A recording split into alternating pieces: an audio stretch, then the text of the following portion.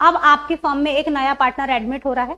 जिस दिन नया पार्टनर एडमिट होता है उससे पहले आप अपने एसेट्स को रीवैल्यू कर लीजिए और लायबिलिटीज को रीअसेस कर लीजिए।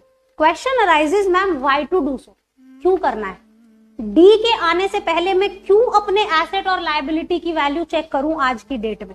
इसका बच्चों रीजन ये है, आप हिस्टोरिकल कॉस्ट कॉन्सेप्ट सबने पढ़ा होगा कि हमारी बुक्स में जो एसेट्स लिखे होते हैं वो हिस्टोरिकल कॉस्ट पे लिखे होते हैं, राइट? जिस रेट पे हमने उन्हें बाय किया होता है। But there is a quite possibility कि आपने वो एसेट आज से 10 साल पहले खरीदा हो, आज की उसकी वैल्यू कुछ और ही हो। से यस, बिल्कुल पॉसिबल है। मान लेते हैं, एक एग्जांपल लेते हैं लैंड का, ठीक है? आपका बिजनेस है, आपने 5 साल पहले कोई लैंड खरीदी थी 10 लाख रुपए की, आज उस लैंड की वैल्यू हो गई 50 लाख रुपीज, ठीक है? कितना बढ़ गया 5 साल में? 40 लाख रुपीज।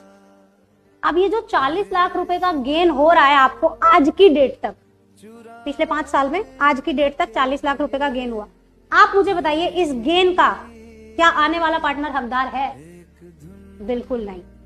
तो हम उसके आने से पहले ही क्या करेंगे, हम अपनी बुक्स में रीवैल्यू कर देंगे और जो अभी तक का गेन है वो हम आपस में पुराने पार्टनर्स बांट लेंगे।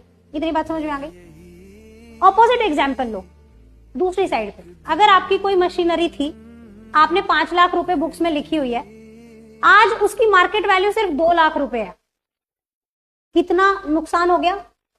3 लाख रुपए का नुकसान। क्या आने वाला पार्टनर इस नुकसान को भुगतने को तैयार होगा? कभी कभी भी नहीं।